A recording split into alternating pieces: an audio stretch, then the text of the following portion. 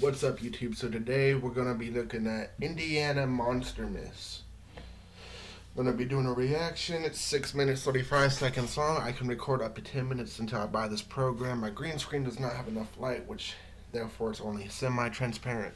But love and positivity, I really appreciate you guys. I'm gonna try to film like at least 3 or 4 videos tonight. I'm gonna schedule them so they're uploading, and maybe we can try to get something moving like that while I record a bunch of videos at once, reaction-wise, and every now and then you guys get a vlog or unboxing, etc., etc. Reported as early as 1898 by farmer Oscar Folk.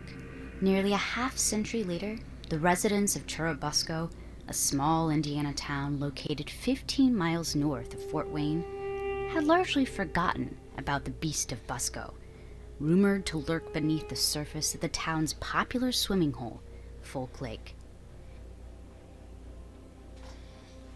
The beast was said to be a 500-pound turtle, with a shell as big as the top of a car, the neck the size of a stovepipe, and the head the size of a child.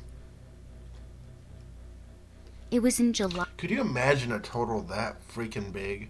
Jeez Louise. of 1948, as the hot summer sun beat down on the lake's edge, that 2 Churubusco citizens out on a fishing expedition on Folk Lake reported a terrifying encounter that would change the town's history forever.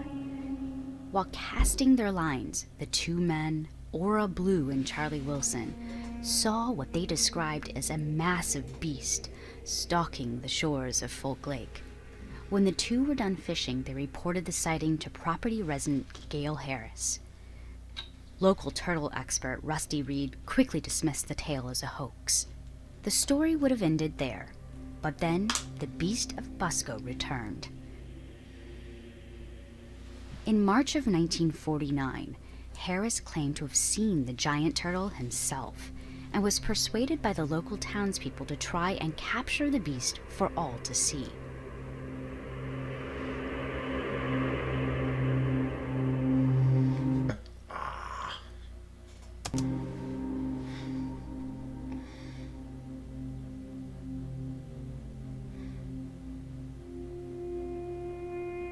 Traps of stakes and chicken wire were set along the shore, and deep-sea divers arrived to search the murky waters, but the creature remained elusive. The story of the Beast of Busco spread across the country, with hundreds of curious onlookers flooding to Folk Lake for a chance to see the monster themselves, and on October 13th, over 200 visitors claimed to have seen the gigantic turtle surface on the shore.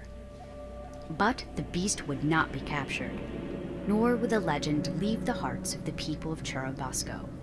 Every year, the town holds the Turtle Days Festival, celebrating their beloved Beast of Busco, and perhaps just underneath the surface of Folk Lake, the turtle celebrates too.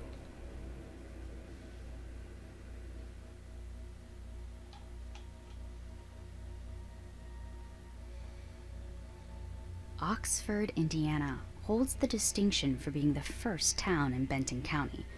Founded in 1843 near today's Lafayette, the quaint little village is nestled among towering wind turbines and vast cornfields. An unlikely residence for one of the state's most terrifying monsters. As reported in 1889 by the Lafayette Courier, the horrific snake is said to measure 15 feet in length, as large in circumference as a stovepipe, with eyes of fire and horns 10 inches long. But this is no lake monster. Instead, the scary serpent stalks the local cemetery, where it is reported to feast upon the dead bodies interred within. At least a dozen of the cemetery's visitors claimed to see the monstrous beast, and by the end of 1889, newspapers across the state reported the growing torment of the town's residents, believing their beloved relatives were being eaten in their graves.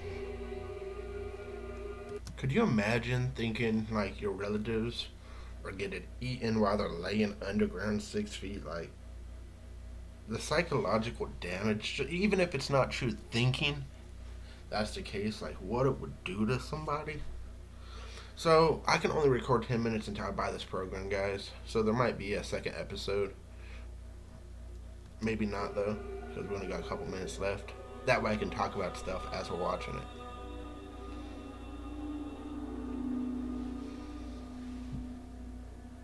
Saying, "None have seen it, but at the first glimpse their hair seemed to raise on their very heads, and their hearts to almost stop beating at the sight of the terrible creature."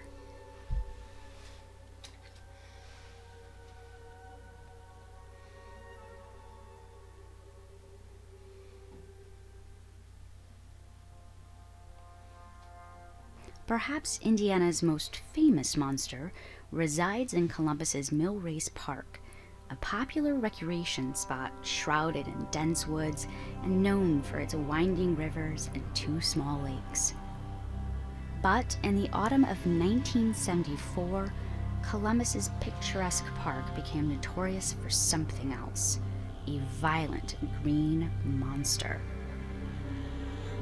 On November 1st, 2 separate groups of young women spotted the skulking creature hiding along the shore's edge, and in one encounter, the creature attacked the terrified teens through a car windshield.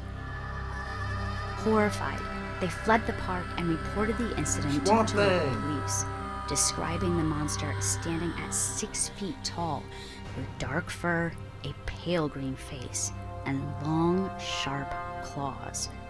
Several days later, the creature was spotted again, this time by 2 young men who gave the same description: a tall, hairy beast with a light green face.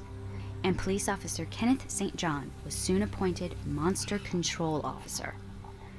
Mobs began to flood the park, armed with knives and guns, determined to capture the beast once and for all. And today, Mill Race Park remains a popular recreation spot for city residents. Was it a hoax? A Halloween prank gone wrong? We may never know. But, for a time, a monstrous creature was said to call Columbus home. Man, that's just crazy. If you guys like this video, do me a big favor, hit the like. If you are not already, make sure you are. Subscribe and hit that bell notification. Love and positive vibes. I appreciate you guys. You guys are fam, not fans. If you guys like this video, drop a comment down below. Hashtag cryptids.